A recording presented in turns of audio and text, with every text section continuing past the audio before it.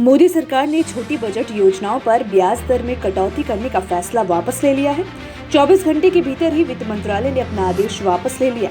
वित्त मंत्री निर्मला सीतारमण ने गुरुवार को कहा कि सरकार छोटी बजट योजनाओं पर ब्याज दर घटाने के फैसले को वापस लेगी और उन्होंने ब्याज दरों को 31 मार्च को खत्म हुए वित्त वर्ष की आखिरी तिमाही के स्तर पर लाने का आश्वासन दिया।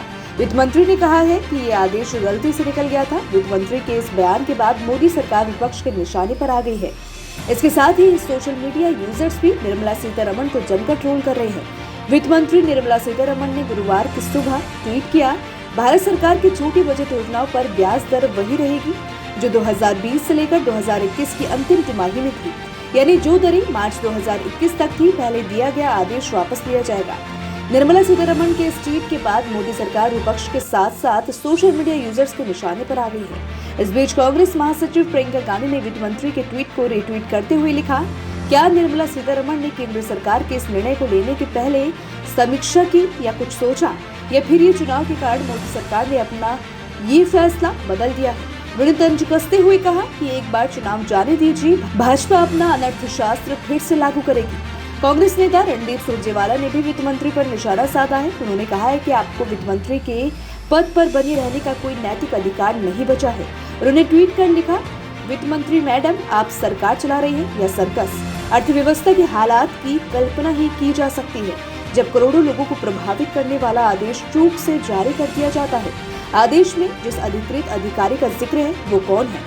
वित्त मंत्री के पद पर रहने का आपको नैतिक अधिकार नहीं बचा है। मध्य प्रदेश के पूर्व मुख्यमंत्री और कांग्रेस के वरिष्ठ नेता दिग्विजय सिंह ने अपने ट्वीट में लिखा, चुनाव के डर से मोदी शाह निर्मला सरकार ने अपना गरीब और आम आदमी की स्मॉल सेविंग्स की ब्याज दर का निर्णय बदल दिया है। धन्यवाद, लेकिन निर्मला जी ये वादा भी कर दीजिए कि चुनाव हो जाने के बाद भी आप फिर से ब्याज दर नहीं घटाएंगे।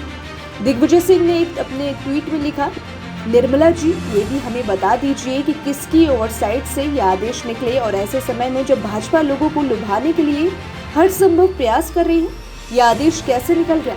वही कांग्रेस नेता विनीत पुनिया ने अपने ट्वीट में लिखा, भाजपा केवल हम दो हमारे दो की सरकार है, जनता के बीच अपना भरोसा खो चुकी है। 2014 की ब्याज दरें नीचे दी गई है और आम भारतीय पर भाजपा ने बार बार आर्थिक चोट मारी है। बार बार लघु बजट योजनाओं, कर्मचारियों के PPF बजट खातों, किसान बजट योजना, सुकन्या की ब्याज दरों में भारी कमी की है। गौरतलब है कि देर रात की खबर आई थी कि छोटी बजट योजनाओं में निवेश करने वाले लोगों को झटका देते हुए सरकार ने बुधवार को लोक भविष्य निधि यानी PPF और NSC राष्ट्रीय बजट प्रमाण पत्र समेत लघु बजट योजनाओं पर ब्याज दरों में 1.1% तक की कटौती की है। ये कटौती 1 अप्रैल से शुरू 2021-2022 की पहली तिमाही के लिए की गई थी। वित्त मंत्रालय की अधिसूचना के अनुसार PPF पर ब्याज 0.9% कम कर 5.9% कर दी जाएगी, जबकि NSC पर 0.9% कम कर 5.9% कर दी गई थी। लघु बजट योजनाओं पर ब्याज तिमाही आधार पर अधिसूचित की जाती है। ब्याज में सर्वाधिक 1.1% की कटौती 1 साल की मियादी जमा राशि पर की गई थी।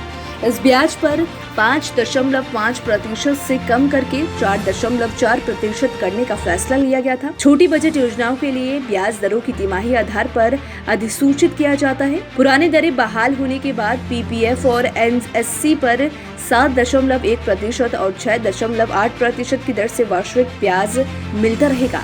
इस तरह सुकन्या समृद्धि योजना के लिए 7.6% ब्याज मिलता रहेगा, जबकि पहले इसे घटाकर 6.9% करने की बात कही गई थी। 5 साल वरिष्ठ नागरिक बजट योजना के लिए ब्याज दर 7.4% कर बरकरार रही जाएगी।